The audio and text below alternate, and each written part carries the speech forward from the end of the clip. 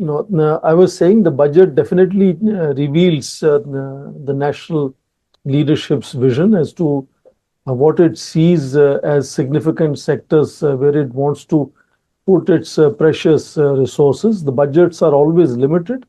It's useful to know about the American defense budget, but they are a 30 trillion economy, or the Chinese defense budget of about $280 billion compared to us 85 billion, because they're a 20 trillion economy, we are 4 trillion economy. So we have a fixed pie, and how do we wish to share it is what reveals where the leadership sees the necessity to support financially various initiatives. So in that sense, definitely national security, both external and internal, have emerged from the budget to be most significant, witnessing enormous increase. And I'm talking of the share of the national pie here of the central union budget. We have seen in last 3 years, for example, the share of defense budget going up from 14.1% to 14.3% to this year 14.7%, nearly 15%. I'm not saying that never happened in history. I mean, in 1976-77, budget for Minister of Defense was 18% of the central budget. But that was one, unique situation. What is interesting here is to see cumulatively, gradually, the share of Minister of Defense in the national pie is, inching towards increase. And in that sense, obviously, then other sectors will have to share lesser part of the pie. And that also applies to internal security. I understand the need to build infrastructure, bring modernization, ensure infrastructure is future centric. But that means the security psyche of the sharing of the pie is much sort of forceful in terms of how national budget is distributed. And obviously in that sense, other sectors will have to wait. And when you're looking at whole of the government or a holistic approach to take India forward, then I think it has to also look at other sectors, including, as we mentioned, Ministry of External Affairs, where the bulk of the budget, virtually 1/4 of the budget of Ministry of External Affairs, goes to grant in aid. I understand that buys you certain access and influence, but that's not building the infrastructure of Ministry of External Affairs. And equally interesting, the failure of lateral entries initiative. So in that sense, how to catapult India into Viksit Bharat would need all sectors moving forward together. And that's why I intentionally brought in Ministry of Education as well, because the future, the power of India today is its youth. And if we are not maximizing the skill building, and we often read statistics about the employability of Indian youth, which is very poor, that is a sector that needs to really be carefully looked at. They will be our soldiers, they will be our officers, they will be our scientists, they will be our diplomats. And if the foundation of education is not receiving what successive committees on education policy has been saying since India's independence time, then I think that is one sector that I think needs a little more focus and priority. But that is for the national leadership. As I said, budget reveals the vision of national leadership, in which case internal and external security, do deserve, according to them, lion's share in the national pie, and that is what budget reflects. But to emerge as a Viksit Bharat, a global power, India will have to definitely go beyond military strength. It will have into, comprehensive national strength would include economic power, soft power, education, skill building, smart cities, both social and physical infrastructure in that sense. But I believe that will happen over a period of time, gradually, as we move from the basics of physical infrastructure to gradually looking at building the social infrastructure as well. Thank you so much. And I will have to leave because I wasn't sure if we are going beyond 1.5 hours. So apologies for my co-panelists. I enjoyed listening to each of them, and I look forward to being part of your annual event where, as Professor Nautiyal said, that may be one way we meet after some of us not being able to meet otherwise. Best of luck to rest of the discussion, and thank you for making me part of today's discussion. Back to Thank you, Simi. sir. Thank you. Thank you so much, sir. Thank you for your closing comments and your wonderful analysis. And with the last point that you have mentioned about the MEA's share in the budget, I'd like to invite Professor Swaran Singh to discuss about this in his opening remarks. Thank you. I think it's interesting since you mentioned we are looking at this budget in terms of long-term message, if it has any. So, in terms of strategic priorities, I think words that come to mind that must have guided this budget clearly talk about future readiness through technological autonomy, through modernization, through indigenization. That seems to be the guiding vision in terms of where this budget sees itself as a step towards taking India forward to Viksit Bharat, etc. But important when we look at allocations showcasing a certain percentage increase, important distinction need to be also made always between budget allocations and revised estimates. For example, the most talked about 15% increase in defense budget is in comparison to estimates. So actually the percentage could go even higher if you compare the original allocations of last year and this year. But it definitely showcases that post Operation Sindoor, defense has attracted enormous sort of priority in terms of how the budget is being looked at. By extension, it also means enormous focus on internal security. And therefore, MHA's budget has also showcased about 9.5% increase compared to last year.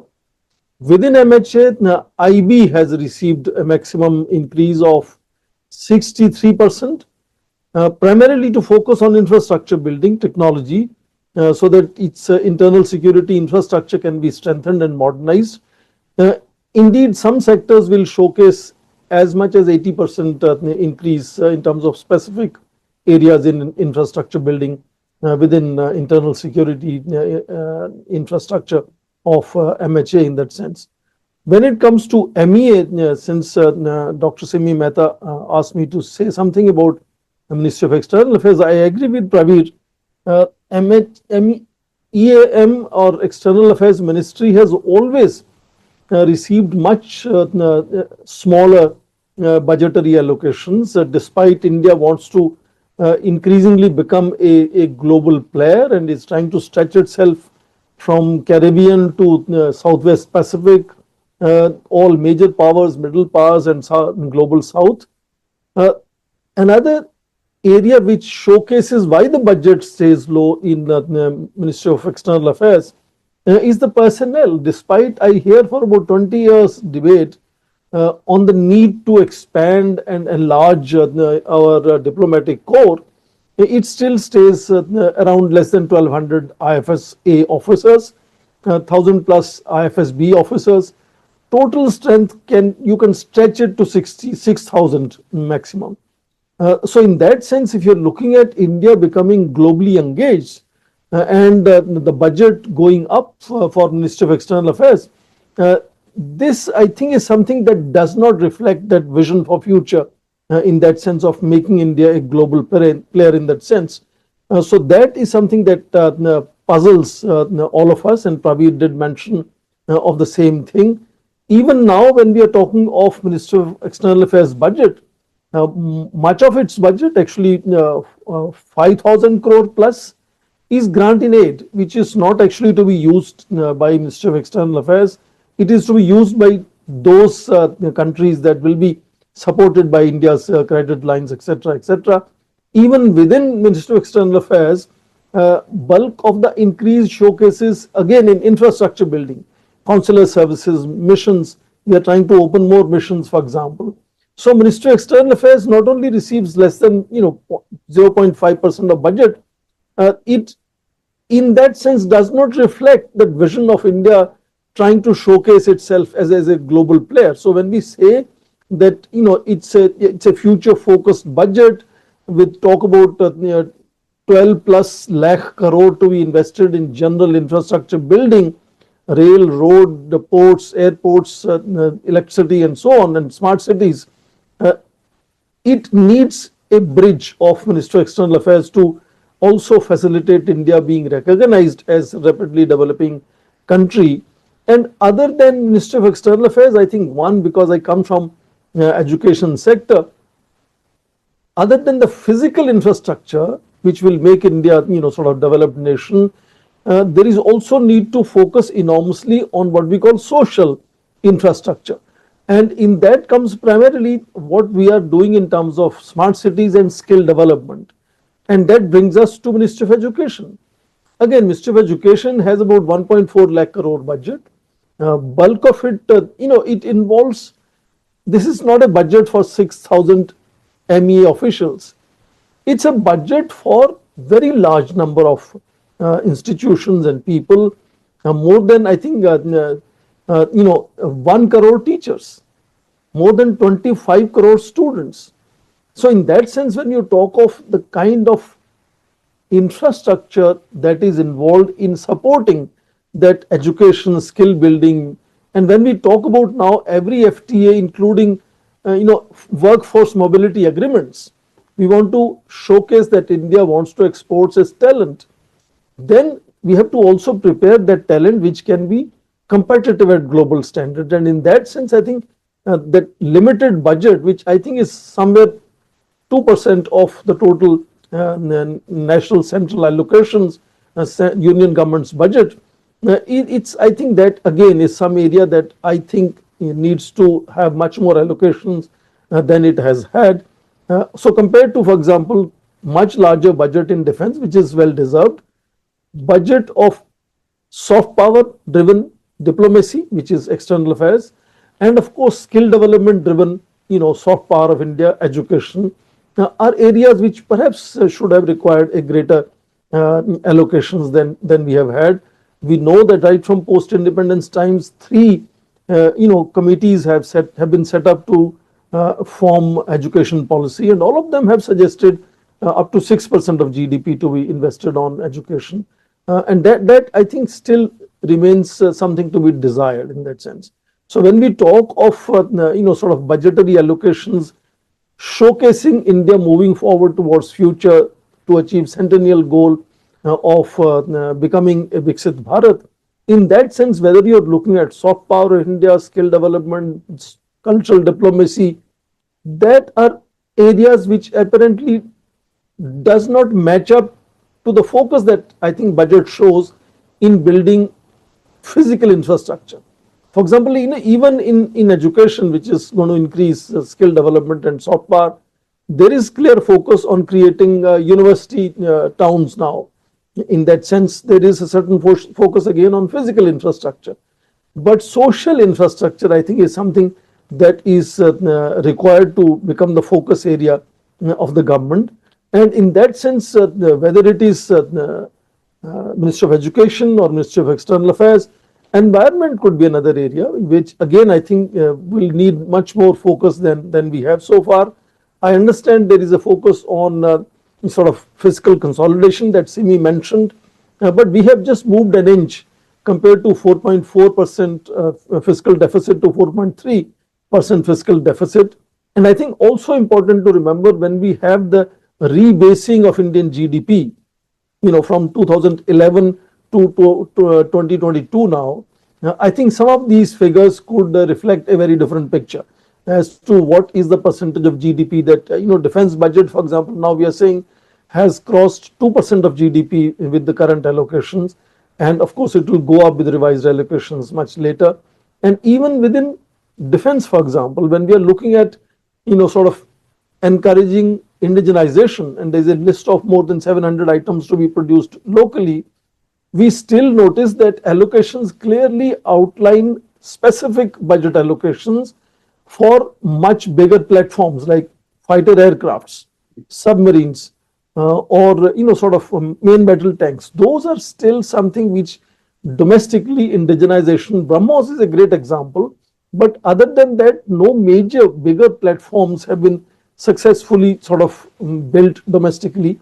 And we can go on building auxiliary kind of equipment and ammunitions, But are we going to plan something in terms of larger platforms? And that again is something which budget doesn't as of now clearly showcase. But I think we all agree clearly the focus this time is on building physical infrastructure, enormous increase in and allocations in that direction. And even when we look at Ministry of Defense or Ministry of External Affairs, even within that, the capital outlay, I think capital expenditure is definitely that has received much greater focus this time. Maybe in the coming years, the budget will also equally balance and support and prioritize social infrastructure building as well, I think. In which case, strengthening India's diplomacy, strengthening India's sort of education and skill development, etc., etc., that could perhaps become focus in coming budgets. But that definitely is an area that needs to be addressed. Let me stop here. I had 5 minutes to make my initial remarks. If time permits, I will come back to talk about specifics. Thank you, and back to Simi. Thank you so much for your initial opening remarks.